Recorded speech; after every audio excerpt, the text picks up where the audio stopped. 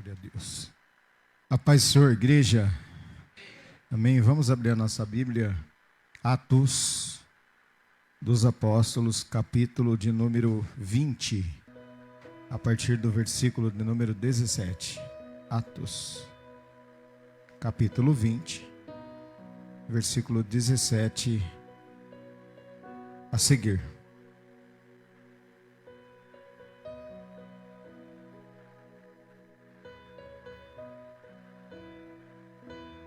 Atos dos Apóstolos, capítulo 20, verso 17.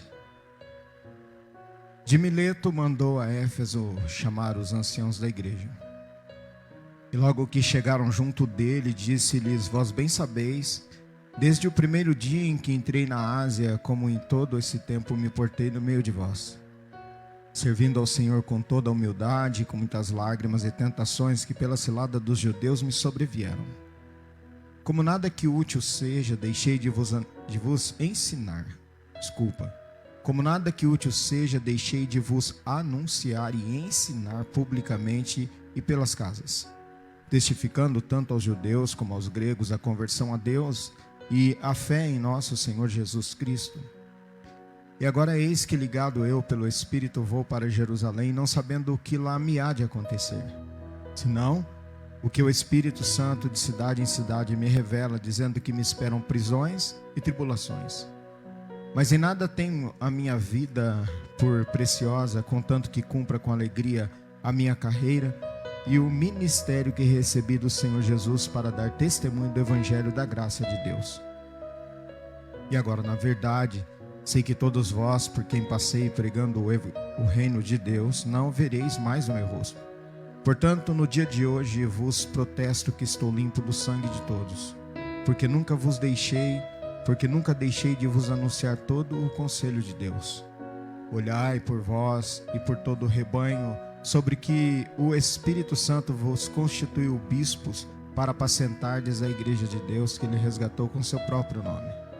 Porque eu sei isto, que depois da minha partida entrarão no meio de vós lobos cruéis que não perdoarão o rebanho. E que dentre vós mesmos se levantarão homens que falarão coisas perversas para atraírem os discípulos após si. Portanto, vigiai, lembrando-vos de que durante 3 anos não cessei noite e dia de admoestar com lágrimas a cada um de vós. Agora, pois, irmãos, encomendo-vos a Deus e a palavra da sua graça a Ele, que é poderoso para vos edificar e dar herança entre todos os santificados. De ninguém cobicei a prata, nem o ouro, nem a veste. Vós mesmos sabeis que para o que me era necessário a mim e aos que estão comigo, estas mãos me serviram.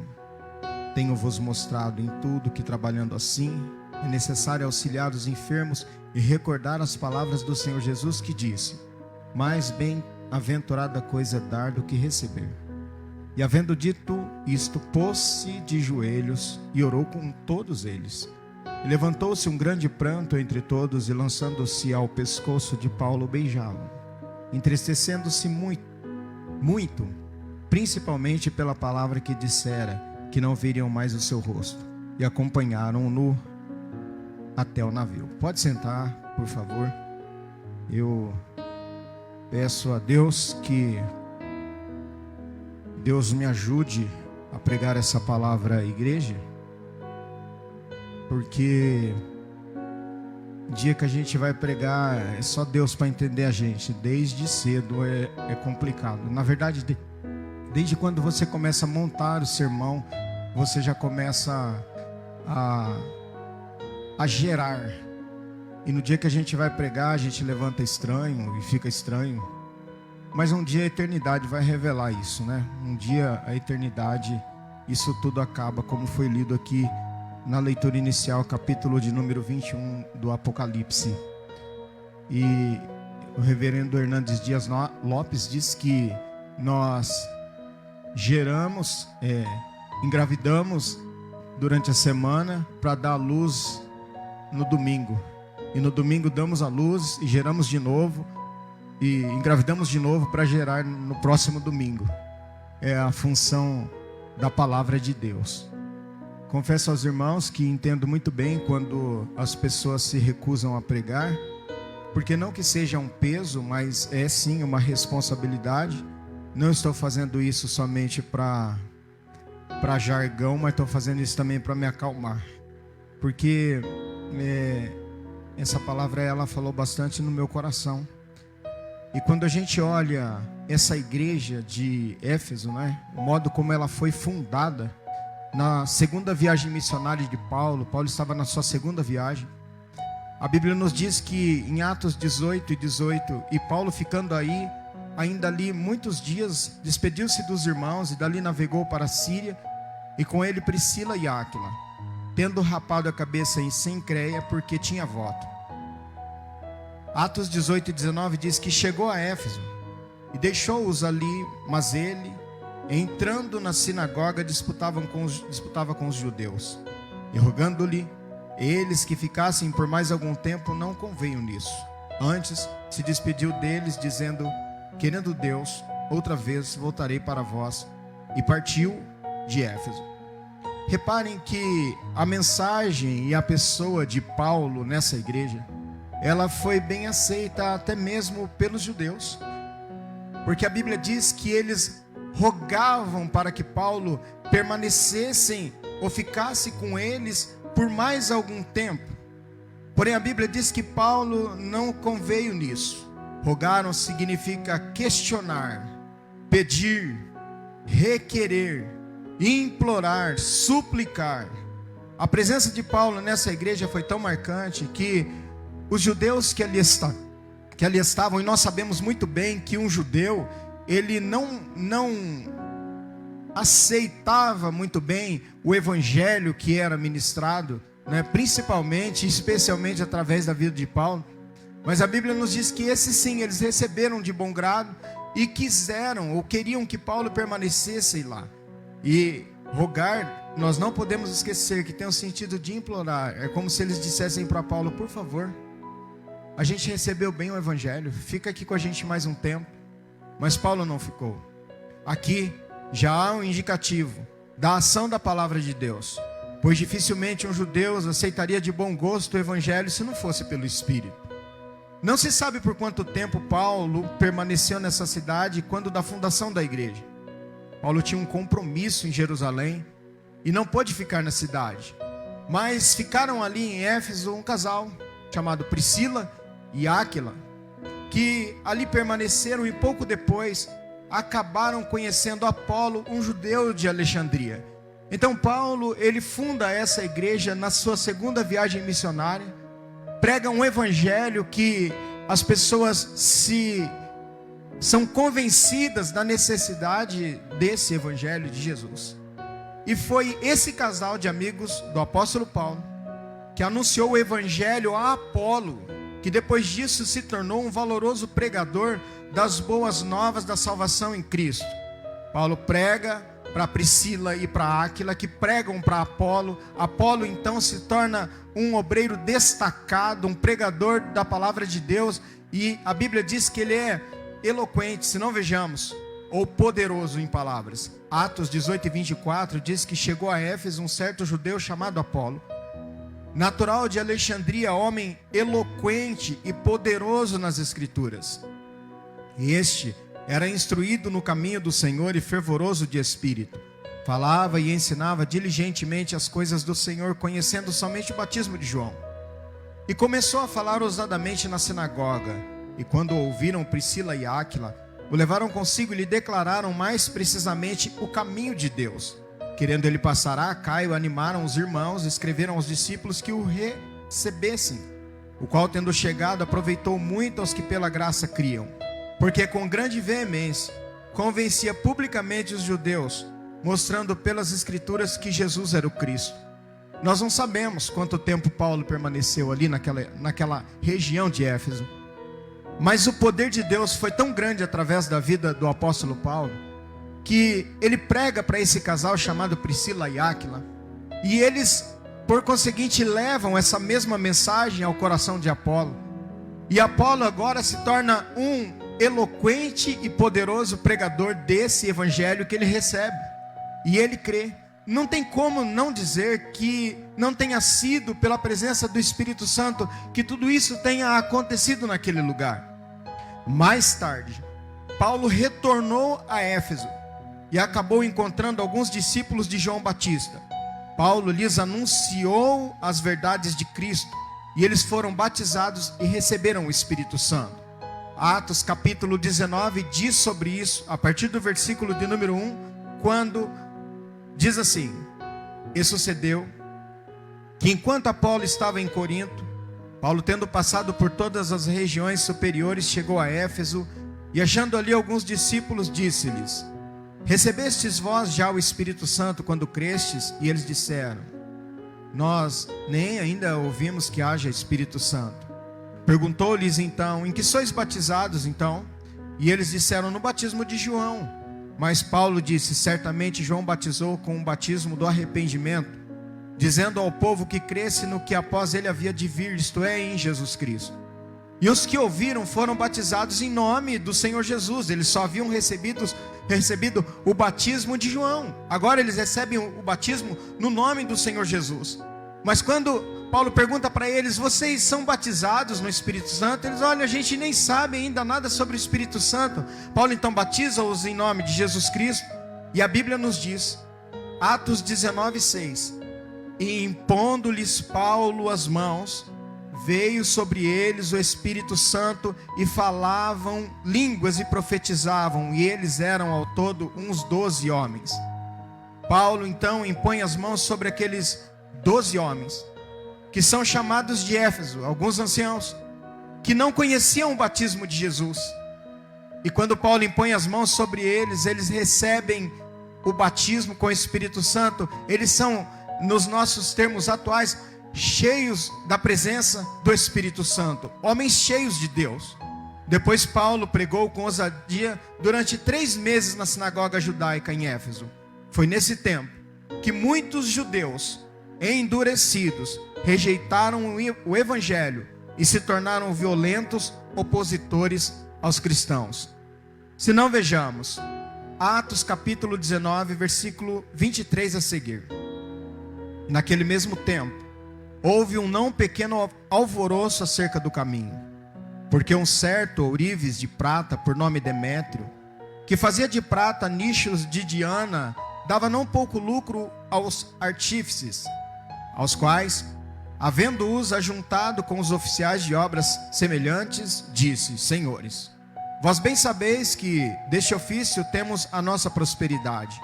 E bem vedes e ouvis que não só em Éfeso, mas até quase em toda a Ásia, este Paulo tem convencido e afastado uma grande multidão, dizendo que não são deuses os que se fazem com as mãos.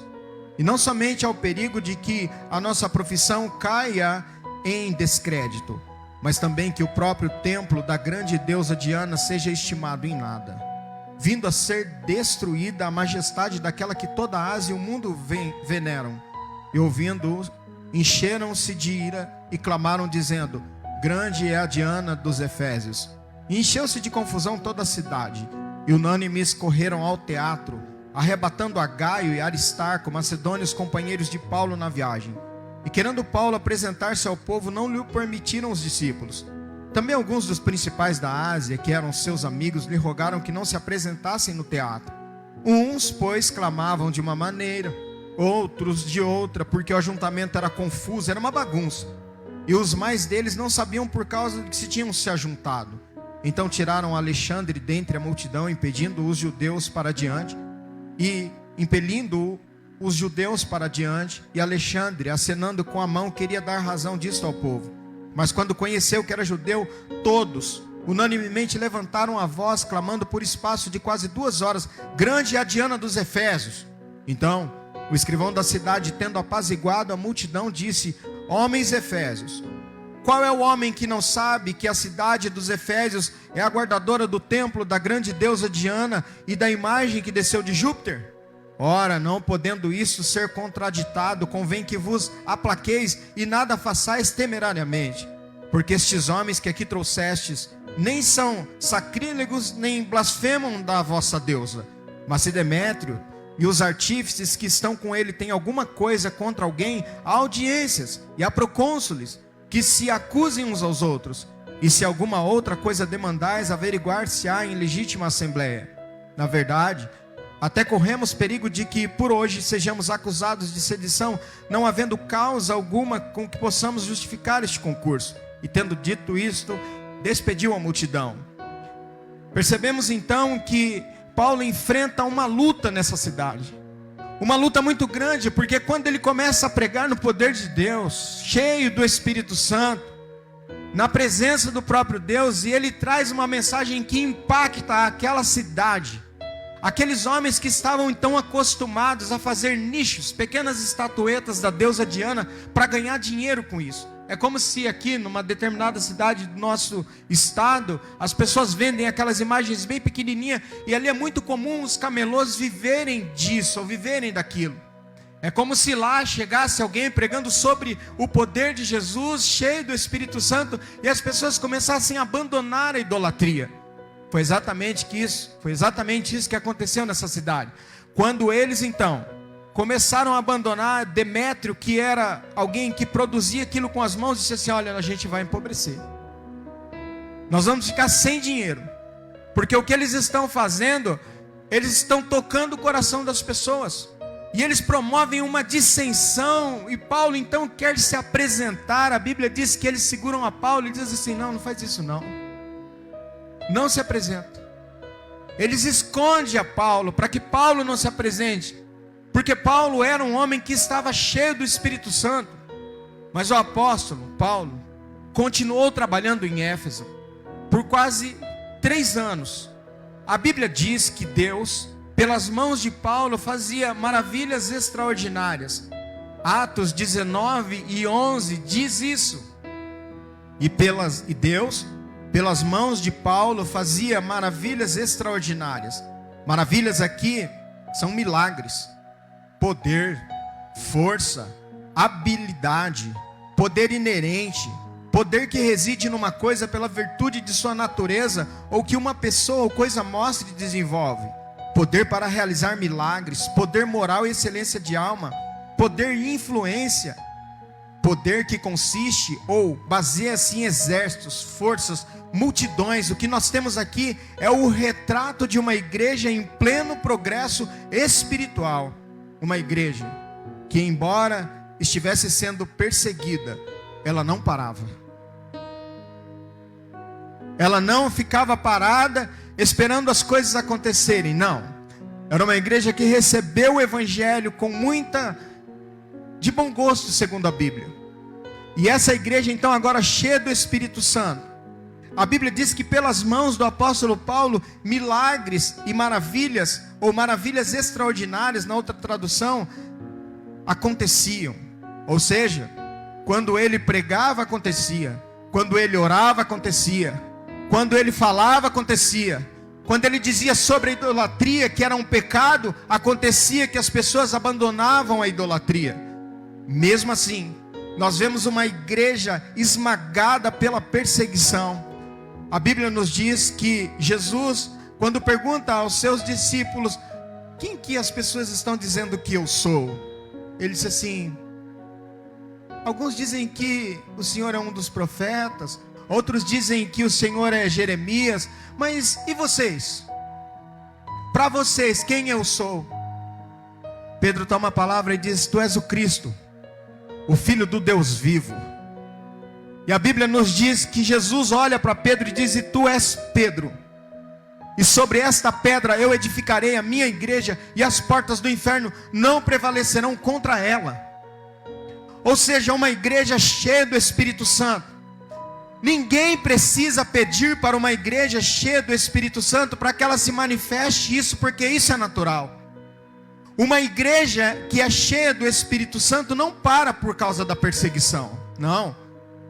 Reparem que o termo extraordinário tem o sentido de atingir a marca, de alguém atirando uma lança ou flecha, chegar a algum lugar, alcançar, obter, adquirir, tornar-se mestre de acontecer, ter chance, espalhar. Então era uma igreja, a igreja de Éfeso, era uma igreja que espalhava. A Bíblia diz que nós temos o bom cheiro de Cristo. Essa igreja era uma igreja poderosa, que espalhava. Era uma igreja que falava sobre o Evangelho. A igreja estava atingindo o objetivo para o qual existia. Internamente, havia a presença do Espírito fortalecendo. Porque era uma igreja, a igreja neotestamentária de Atos dos Apóstolos, era uma igreja que apanhava. Era uma igreja que ia presa. Era uma igreja que eles colocavam cadeias nos pés e nas mãos. Mas era uma igreja cheia do Espírito Santo que cantava com cadeias. Ninguém precisava dizer para a igreja: você pode dar um glória a Deus? Não. Ninguém precisava dizer para a igreja: você pode glorificar a Deus? Não. Porque isso era natural. A igreja estava cheia do Espírito Santo. E quem está cheio do Espírito Santo transborda. Não precisa de ninguém falar nada disso. Só de falar o nome Jesus, a igreja sente a presença dele. Isso é comum. Internamente, havia a presença do Espírito fortalecendo. Externamente, pastor, as obras do diabo estavam sendo confrontadas e desfeitas. Vou repetir. Internamente havia a presença do Espírito Santo fortalecendo a igreja de Éfeso. Logo, externamente, as obras do diabo estavam sendo confrontadas e desfeitas. Faça uma provocação. Você está cheio do Espírito Santo? Você está cheia do Espírito Santo? Essa é a primeira pergunta. Se está cheio do Espírito Santo, está confrontando as obras do diabo e elas estão sendo desfeitas, ou o diabo está dando tapa na nossa cara? Se não, vejamos. Então houve um verdadeiro avivamento local naquela cidade. O nome do Senhor Jesus era engrandecido ali. Muitos judeus e gentios creram e receberam o Evangelho. Inclusive, muitos dos habitantes da cidade que seguiam artes mágicas trouxeram seus livros e os queimaram publicamente. Atos 19:17 diz assim: e foi isto notório a todos os que habitavam em Éfeso, tanto judeus como gregos, e caiu temor sobre todos eles, e o nome do Senhor Jesus era engrandecido. E muitos dos que tinham crido vinham confessando e publicando os seus feitos. Também muitos dos que seguiam artes mágicas trouxeram os seus ídolos e os queimavam na presença de todos. E feita a conta do seu preço, acharam que montava a 50.000 peças de prata. Prestaram atenção? 50.000 peças de prata. Assim, a palavra do Senhor crescia poderosamente e prevalecia. Reparem, irmãos e irmãs, que eles ouviram a mensagem do Evangelho sendo pregado. O Espírito Santo tocou no coração daquele povo. E aqueles montes de ídolos que eles tinham dentro das suas casas e livros de sei lá o que feitiçaria poderia ser. Porque uma vez que o Espírito Santo enche a vida de alguém, nós não precisamos mais de ídolos. Nós não necessitamos mais de ídolos. Eles trazem aqueles ídolos na praça pública. Eles trazem os livros na praça pública. 50.000 peças de prata e coloca fogo naquilo. Faço outra pergunta. Você tem ídolo? Porque pode ser que você não tenha uma imagem assim grande na sua casa, mas você mesmo é seu ídolo. O seu filho é seu ídolo. A diversão é seu ídolo. O seu marido, a sua esposa, a sua casa. O seu celular que você não larga nem dentro do culto. Vê imagens ou faz seu jogo no meio do culto. Para onde que você pensa que você vai?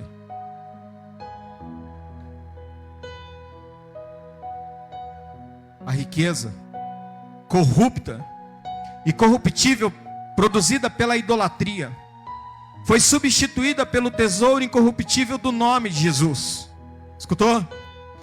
a riqueza corrupta, que era corrupta, porque eles vendiam aquelas imagens a preços absurdos e viviam daquilo, enganando as pessoas na idolatria.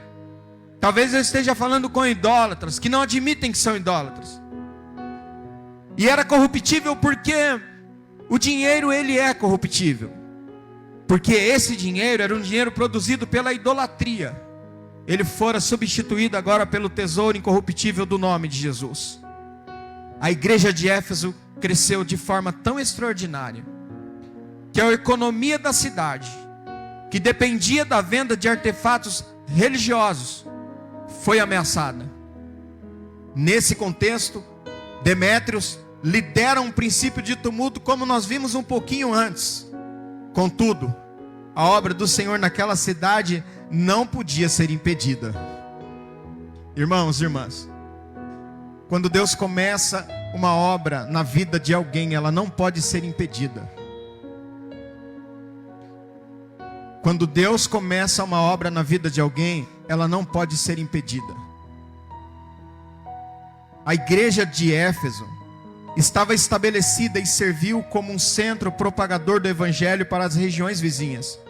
Além de Paulo, Timóteo e o apóstolo João estiveram envolvidos na igreja de Éfeso. Até aqui nós temos o retrato de uma igreja que, apesar de suas imperfeições e dificuldades, estava em pleno vapor. Uma igreja que amava Jesus. Seja sincero, ou sejamos sinceros nessa noite. Nós amamos a Jesus. Nós podemos dizer nessa noite que nós amamos a Jesus? Que Jesus é tudo para mim? Que Jesus é o que mais eu tenho de importante? Ou nós só estamos ali esperando dar as 9 horas para a gente poder ir embora para nossa casa? A gente tem prazer em estar aqui? A gente tem alegria de verdade em servir a Deus? Nós estamos tão cheios de Deus ao ponto de nessa noite a gente ter derramado alguma lágrima? O Espírito Santo é real, é uma pessoa, mas Ele tem um relacionamento comigo e com você? Há quanto tempo que você sequer e eu falamos em línguas estranhas? Há quanto tempo não cai uma lágrima dos nossos rostos? Há quanto tempo a gente não pensa sobre trazer um sacrifício de louvor a Deus? Será que nós amamos a Jesus? Ou é tudo fachada e tudo mentira da nossa parte e estamos pensando que estamos enganando Ele? Você não chora mais como chorava. Era uma igreja que estava em pleno vapor. Porque estar cheio do Espírito Santo significa que eu não me contenho. É como se eu derramasse água nesse copo e eu enchesse esse copo e ele fosse derramando. Uma pessoa cheia do Espírito Santo, não tem como os outros não perceberem. Mas será que alguém olha para mim, o Celso, que representando esse copo, e diz: está ali uma pessoa cheia do Espírito Santo? Eu não estou dizendo um santarrão. Eu estou dizendo alguém que sente alegria com Deus. Alguém que enquanto a palavra... E por falar nisso, quando você lê a palavra, alguma vez você já chorou?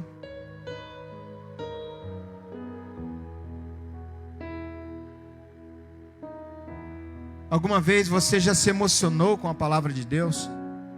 Pois é. Paulo toca num assunto que os toca. Está aqui uma igreja que está a todo vapor trabalhando, uma igreja cheia de Deus e cheia do Espírito Santo. Eu gostaria que você prestasse bastante atenção nessa palavra, porque essa palavra não é vã.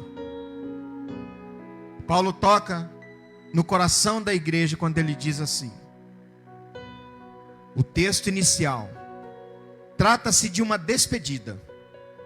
Para alguns, com a possibilidade de reencontro, enquanto para outros era um adeus, ao menos temporário.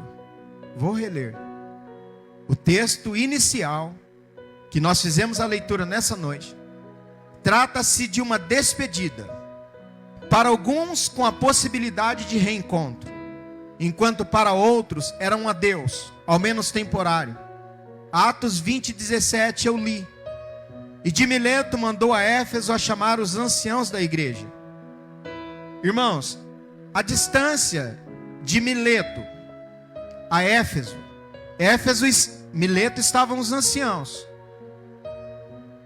A distância entre Mileto e Éfeso é de aproximadamente 48 quilômetros. Acho que um pouco mais do que daqui em Marília. O que equivalia naquela época a 3 dias de viagem. Prestem atenção, por favor, não percam isso. Qual o motivo de chamar a igreja ao seu encontro? Primeiro, para lembrá-los de sua conduta como pastor, desde o primeiro dia e de forma constante. Atos 20:18 diz que logo que chegaram junto dele, disse-lhes: vós bem sabeis, desde o primeiro dia em que entrei na Ásia, como em todo esse tempo me portei no meio de vocês. Conduta essa que não foi fácil para Paulo. Não foi uma conduta tão simples assim. Paulo não era um pastor aventureiro. Paulo não era um pastor que brincava com os sentimentos da igreja. Não era um pastor que estava de olho no dinheiro da igreja, ou nas finanças da igreja, ou querendo usurpar a igreja, ou se aproveitar da igreja, não. Ele diz em Atos 20:19, como ele serviu a Deus naquela igreja. Ele diz assim: servindo ao Senhor com toda a humildade, e com muitas lágrimas e tentações que pelas ciladas dos judeus me sobrevieram. Humildade tem o sentido de ter uma opinião humilde de si mesmo, senso profundo de insignificância, modéstia, humildade, submissão de mente. Guarde isso. Paulo prega para aquela igreja durante todo aquele tempo em que ele permanece ali. Mas ele não prega apenas com as suas palavras. Paulo prega com a sua vida. E isso produz no coração daquela igreja um temor. Era uma igreja amorosa. Uma igreja que via em Paulo o modo como ele servia ao Senhor.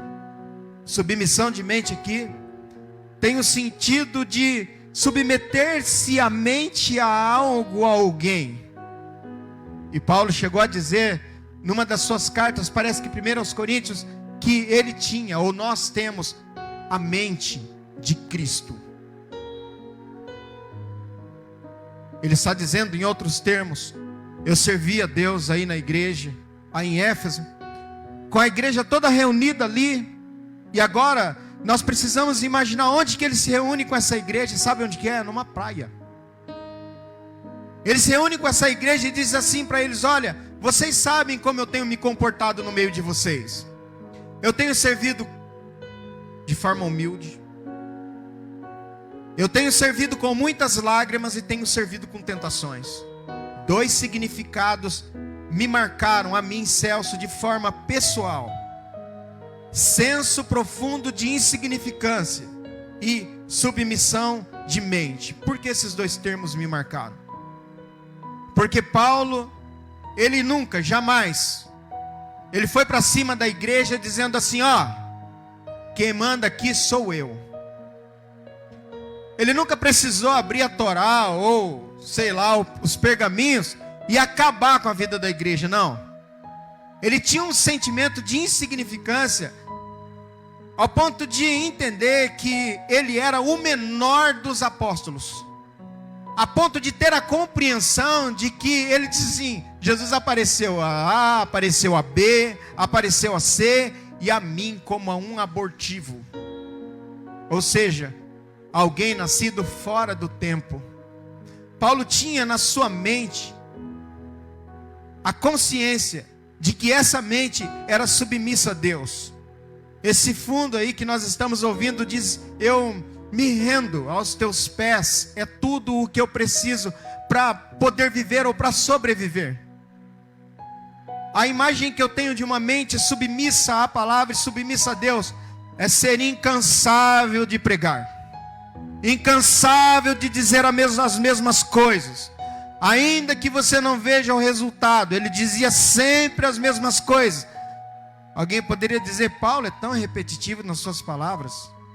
Mas ele diz assim: eu servi com humildade, eu servi com tentações, mas eu também servi com lágrimas. Aí eu fui procurar o significado de lágrimas, porque tudo no grego tem mais de um significado. E aí eu me assustei, de certa forma, quando eu estava pesquisando, e descobri que o significado da palavra lágrima é da cru no original. E aí eu pensei assim, bom, agora eu vou clicar aqui em cima e eu vou achar um monte de significado da palavra lágrimas. Mas sabe qual é o significado da palavra lágrima? É lágrima. Aí me encafifei mais ainda e pensei, se eu tenho um monte de significados para humildade, e depois eu vou dizer o significado de tentação, por que lágrima só tem um significado? Porque lágrima, descendo pela face de alguém, é de entendimento em qualquer lugar e em qualquer tempo. Lágrima por si só explica. Quando alguém chora, é impossível eu falar para alguém aqui nessa noite assim, chore, porque você está sentindo a presença de Deus, chore. Não. A palavra é poderosa para produzir as lágrimas no rosto de alguém aqui nessa noite. Eu não tenho o poder de mandar ninguém chorar, mas o Espírito Santo faz o homem mais forte nessa noite derramar lágrimas. Lágrima é universal. Quando alguém chora é porque está emocionado. E Paulo está dizendo, eu me portei de forma humilde, eu me portei com lágrimas e tentação. Tentação é peirasmos, que significa experimento. Eu fui experimentado por algumas vezes, por muitas vezes. Tentativa. Olha que interessante isso aqui, irmãos. Na igreja, Paulo mostra que ele tentava. E você não pode desistir de tentar. É um teste, é uma prova. Tentação da fidelidade do homem, da integridade, da virtude, constância, sedução ao pecado. Eu estou falando para pessoas que são seduzidas constantemente ao pecado. Paulo também foi. Seja originada pelos desejos internos ou pelas circunstâncias externas. Aquelas que dizem assim, você, está aqui o prato, sirva-se. Paulo está dizendo, olha, eu sofri tanta tentação aí no meio de vocês, eu sofri tantas lágrimas no meio de vocês. Tentação interna pelo pecado, essa compulsão de pecar aqui dentro do culto, por exemplo. Eu vou tocar no assunto de novo, mas eu posso abrir um celular aqui dentro do culto e estar pecando. E se Jesus voltar, eu não sei, não estou dizendo que a pessoa está olhando coisas que não prestam, nem quero imaginar isso acontecendo. Mas Paulo está dizendo, olha, a tentação interna ao pecado, eu fui tentado. Você sabe o que é uma tentação, não sabe? Você sabe o que é você não querer fazer uma coisa e não ter forças contra aquilo? E você fala assim, alguns até mais ousados, né? A gente não pode jurar, nem pelo céu, nem pela terra, porque nem pelo nosso fio de cabelo, porque nós temos poder de embranquecê-lo. Alguns dizem assim, eu juro por Deus que eu não vou mais fazer isso aqui. Eu não vou mais cometer esse pecado. É a tentação interna conduzindo ao pecado. Paulo está dizendo, eu fui tentado. É a mesma tentação que o diabo executou ou procurou para desviar Jesus de sua divina jornada. É uma tentação, um estado mental pelo qual somos seduzidos ao pecado ou a um desejo de fé e santidade. Desvio, desculpa. Mas tentação também tem o sentido de adversidade, aflição, aborrecimento, enviado por Deus e servindo para testar ou provar o caráter, a fé ou a santidade de alguém. Paulo está dizendo, olha gente, desde o dia que eu cheguei nessa igreja, eu servi a vocês com humildade, eu servi a vocês com lágrimas, e servi a vocês sendo tentado, mas eu nunca deixei de servir a Deus.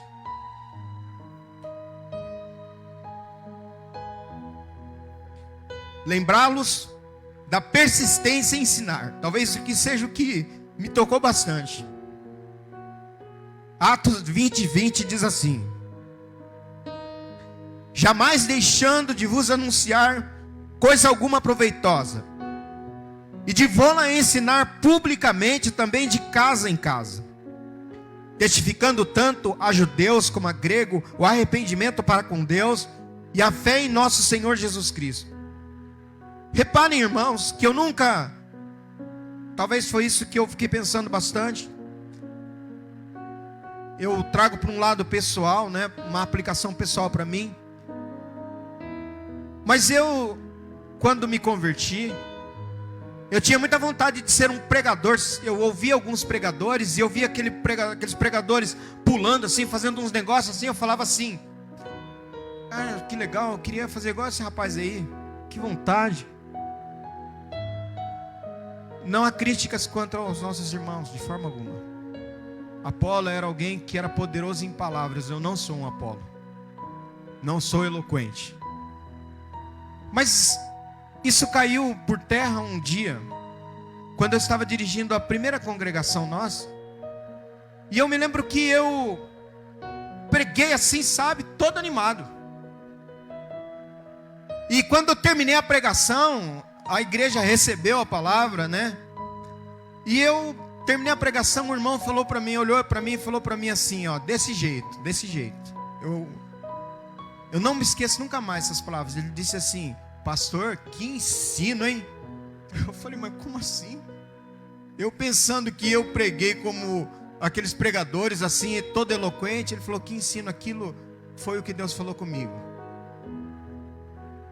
Foi o modo que Deus me mostrou, dizendo o seguinte: a sua vida, Celso, vai ser sempre ensinar.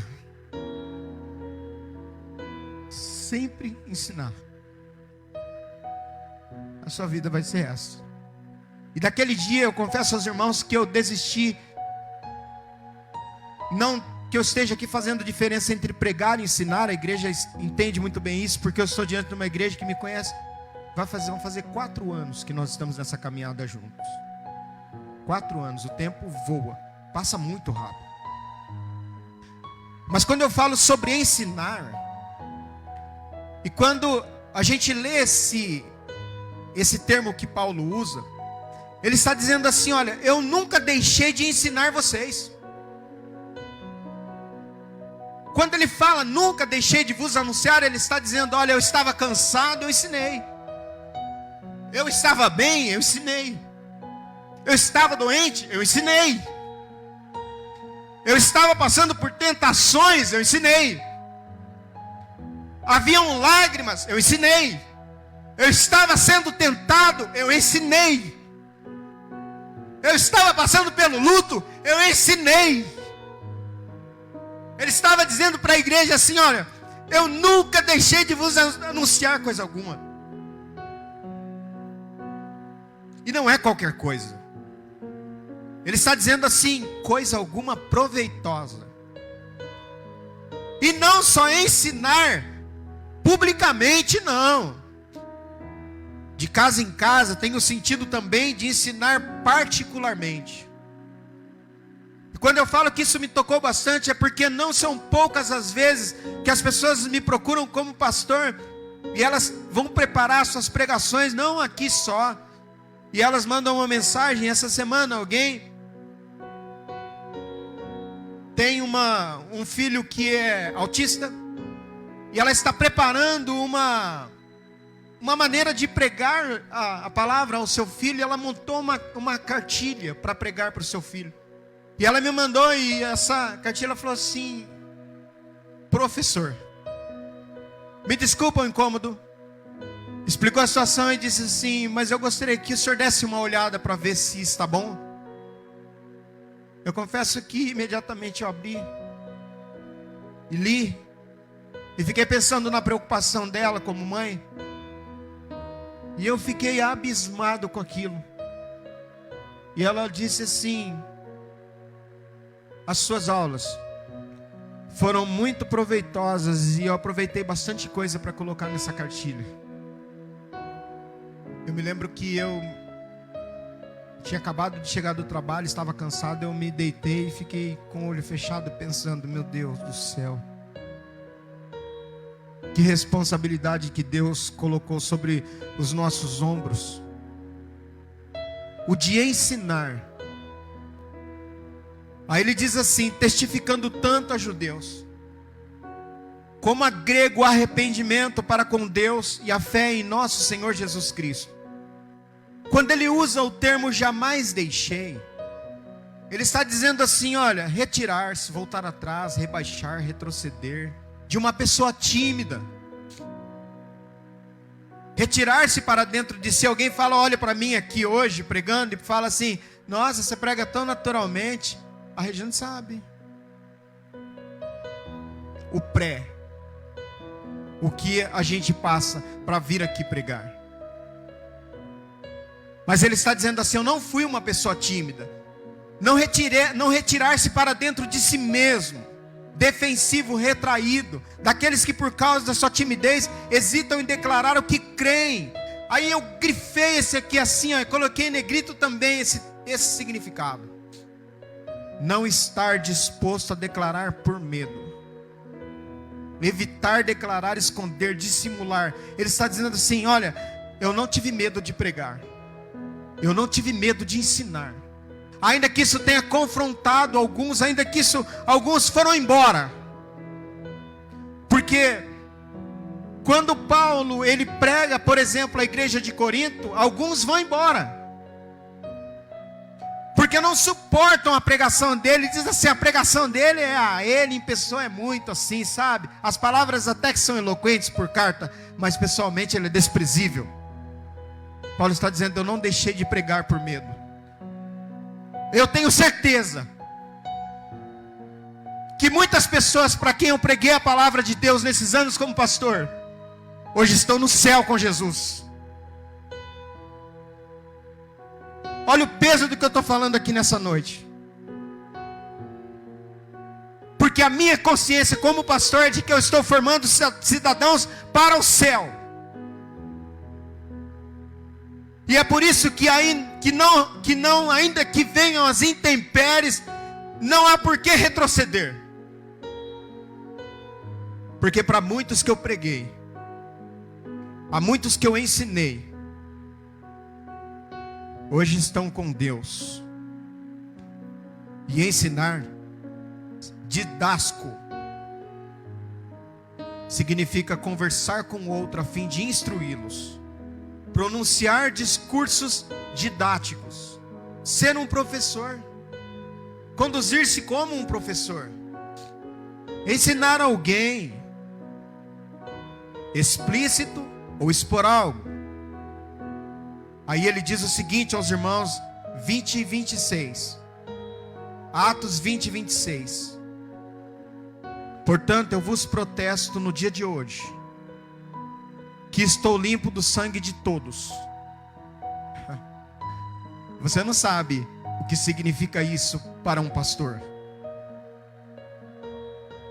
Porque jamais deixei de vos anunciar. Eu não sei o que está aí. A revista atualizada está dizendo desígnio, mas coloca a revista aí corrigida, a ARC, a Almeida Revista Corrigida. Isso. Eu jamais vos deixei de anunciar todo conselho de Deus. Se não seguiram, é porque não quiseram. Mas ensinado foi. Aí ele diz assim para a igreja: atendei por vós e por todo o rebanho sobre o qual o Espírito Santo vos constituiu bispos, para pastoreardes a igreja, a qual ele comprou, a igreja de Deus, a qual ele comprou com o seu próprio sangue. Em outros termos, ele está dizendo também para a igreja, e lembrando a igreja, que não se tratava de fazer o que ele queria, mas o que Deus determinava. Atos 20 e 22 diz assim: agora eis que, ligado eu pelo Espírito, vou para Jerusalém, não sabendo o que me há de acontecer, senão o que o Espírito Santo de cidade em cidade me revela, dizendo que me esperam prisões e tribulações. Ligado ou preso é del, que significa atar um laço, prender com cadeia, lançar em cadeias. Paulo era um escravo de Jesus. Paulo tinha consciência de que nenhum lugar era permanentemente aqui nessa terra. Alguém está sentado aqui hoje nessa cadeira dizendo ou pensando que vai viver para sempre e que sua vida vai ser sempre assim.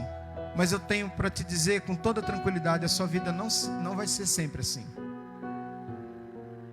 No estalar de dedos a sua vida muda. No estalar de dedo, quem está sentado perto de você não estará mais. No estalar de dedos, no estalar de dedos, a sua casa tão cheia não ficará mais tão cheia. A nossa arrogância e a nossa falsa segurança acha que nós temos o controle da nossa vida, mas Paulo, ele tinha a convicção de que o Espírito Santo o levava para onde havia a necessidade da obra. Deus muda.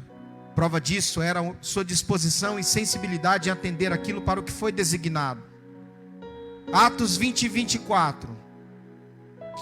Mas em nada tenho a minha vida por preciosa, contanto que cumpra com alegria a minha carreira e o ministério que recebi do Senhor Jesus para dar testemunho do Evangelho da graça de Deus. Ele está dizendo assim: olha, eu não me importo muito com a minha vida não. Há alguns que pensam de forma tão mesquinha: meu corpo, minhas regras, eu quem mando em mim, ninguém manda na minha vida, eu faço o que eu quero. Essas não são atitudes de uma pessoa que vive dependente do Espírito Santo. Porque uma pessoa que vive dependente do Espírito Santo sabe que a sua vida não é preciosa aos seus próprios olhos. E sabe que uma vez presa pela presença do Espírito Santo, Paulo diz assim: olha, eu vivo, não mais eu, mas Cristo vive em mim. Eu não sei você, mas eu posso dizer nessa noite: Cristo vive em mim. Cristo vive em você? Você tem essa convicção da presença do Espírito Santo te guiando? Figurativamente, é o curso da vida, o ministério que recebi do Senhor, ou a carreira que recebi do Senhor. É o curso da vida. Em outras palavras, Paulo está dizendo: o curso da minha vida, sabe qual que é? Estar entregue nas mãos de Deus. É saber que eu perdi o controle total da minha vida, e agora quem manda em mim é o Espírito Santo. Quem coordena a minha vida é o Espírito Santo. Ah, você está distraído, né? Você pensa que você não vai precisar nunca de ser cheio do Espírito Santo, né? Talvez alguém aqui está tão assim distraído ao ponto de achar assim: eu não preciso de ser cheio do Espírito Santo. Você vai precisar muito do Espírito Santo quando o pai e mãe forem embora. Você vai precisar muito de Deus. Você vai precisar muito da presença do Espírito Santo. Você não tem noção. A justificativa final, ele diz em Atos 20 e 25: agora eu sei que todos vós, em cujo meio passei pregando o reino, não vereis mais o meu rosto. Uma pergunta: já que estava dando certo, não seria razoável o pastor Paulo ficar? Está dando certo. E olha, eu vou falar uma coisa para vocês, viu? Às vezes tem alguém aqui, a gente pensa assim: bom, o que quer dizer esse texto? Eu tenho essa experiência aqui. Eu tenho. De pessoas que eu passei, fui pastor, e eu nunca mais vou ver aqui. Que partiram para a eternidade e eu não consegui ir nem no velório. Pessoa, uma delas que parecia muito com meu pai, e quando eu chegava na porta da igreja, 6h30, um homem com mais de 70 anos, diácono da igreja, ele estava lá, com gravata, em pé. E um dia que eu cheguei mais cedo que ele, ele falou assim: ah, não acredito, eu tinha que ter chegado mais cedo que o senhor. E ele estava sempre na porta da igreja. Paz do Senhor, pastor, com a igreja toda aberta, aguardando, com mais de 70 anos, irmão Enéas. Sei que eu não vou vê-lo mais aqui. Já que estava dando tudo certo, não seria razoável o pastor Paulo ficar? A resposta depende de alguns fatores. O que é estar dando certo? Necessidade de desarmar as tendas e rearmá-las em outro lugar. O tempo estabelecido por Deus. A consciência de que o trabalho foi feito e o restante depende das pessoas. A certeza de ir embora o fez advertir a igreja sobre o que ela não estava vendo com sua presença, mas que com toda certeza veria assim que ele virasse as costas. A igreja não estava conseguindo enxergar as bênçãos que era estar sendo pastoreada por Paulo. Mas Paulo fala assim, ó, se preparem. Atos 20 e 29, eu sei que depois da minha partida entre vós, penetrarão lobos vorazes que não pouparão o rebanho.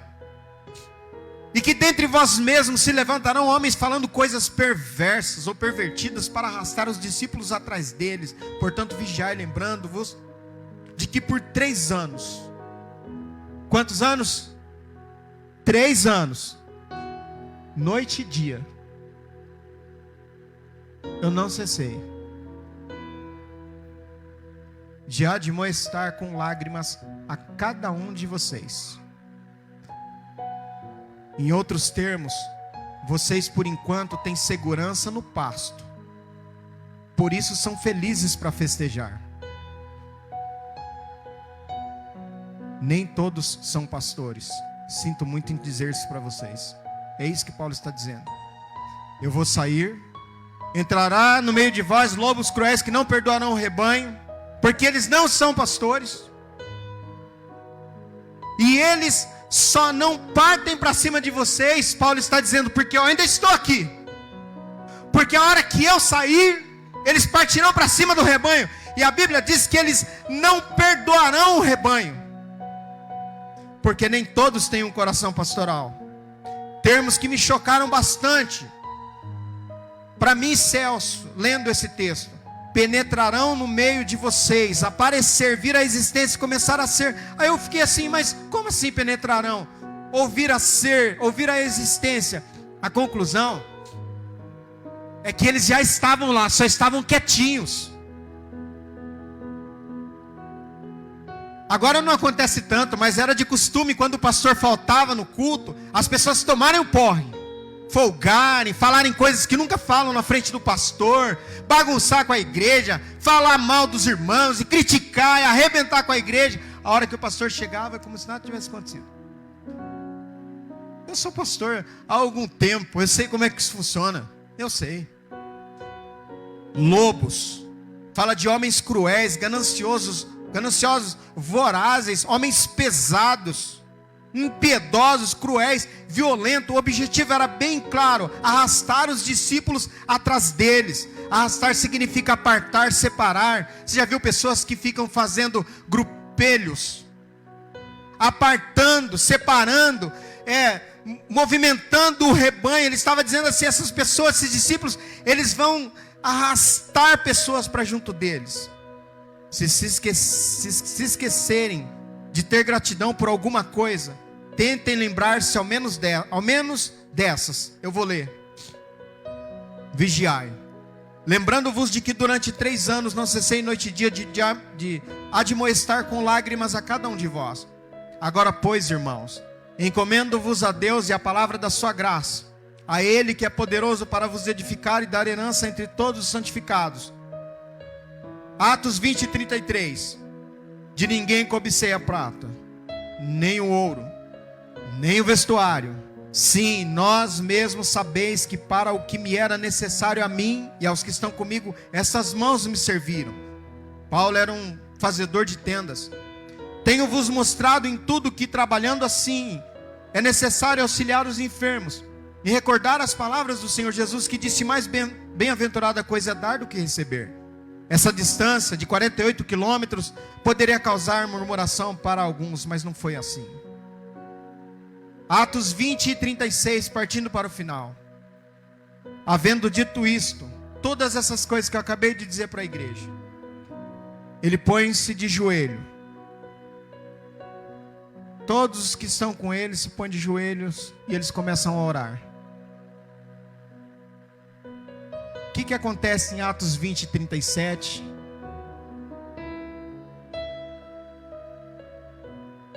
Eles têm consciência do que Paulo está falando. Eles começam a chorar. E eles se lançam no pescoço do pastor Paulo, beijam Paulo. Porque Paulo era amado pela igreja. Por que que eles choravam? Por que que eles pranteavam? Por que que eles beijavam a Paulo? Simples. Atos 20 e 38. Principalmente pela palavra que disseram, ou que dissera. Qual palavra que ele disse? Que não veriam mais o seu rosto. E quando eles se levantam daquela oração, eles acompanham Paulo até o navio. E eu fico imaginando o seguinte: Paulo não volta mais a Éfeso. A igreja não vai ver mais Paulo. E o que resta aqui é assim, ó. Eu resumi assim: tchau para alguns, adeus para outros, e até logo para todos. Nem todos entenderam essa palavra. Tchau para alguns, adeus para outros, e até logo para todos. E ensinando para todos nós que há tempo de chegar e tempo de partir. E que não sabemos o momento em que vai acontecer, e muito menos se nos reveremos. E eu termino essa mensagem dizendo o seguinte com bastante tranquilidade: vivamos agora como se não existisse o daqui a pouco. Nem todos entenderam. Vivamos o agora como se não existisse o daqui a pouco. Porque a hora de amar é agora. A hora de fazer é agora. A hora de ouvir a palavra e obedecer é agora. A hora de falar alguma coisa é agora. Vamos ficar em pé, irmãos? É isso. Pastor, mas como termina essa igreja? Depois você, com paciência, leia Apocalipse, capítulo de número 2. Aconteceu exatamente isso. Se tornou a igreja do amor esquecido. Paulo não viu essa igreja do amor esquecido, mas ela se tornou a igreja que esqueceu o primeiro amor. Basta alguém assumir que não ame essa palavra, e você vai ver o que a igreja se transforma. Pai, em nome de Jesus, nós agradecemos ao Senhor, meu Deus Todo-Poderoso, pela Tua palavra, Senhor. Meu Deus, por tudo aquilo que o Senhor falou em nossos corações, ensinando-nos, mostrando-nos o caminho, nos ajudando, nos alertando. Meu Deus Todo-Poderoso, a maior profecia que nós temos, com certeza é a Tua palavra. Meu Deus, e nós cremos nela de toda a nossa mente e com todo o nosso coração. Portanto, nos guia de volta aos nossos lares em paz. Porque agora, Senhor, uma vez que a Tua palavra foi pregada, não compete a qualquer um de nós forçar nada. É pelo Teu Espírito. É pelo Teu Espírito que a nossa mente é iluminada e nós somos conduzidos pela graça do Senhor. Pai Todo-Poderoso, nos ajuda essa semana. Em nome de Jesus. Amém.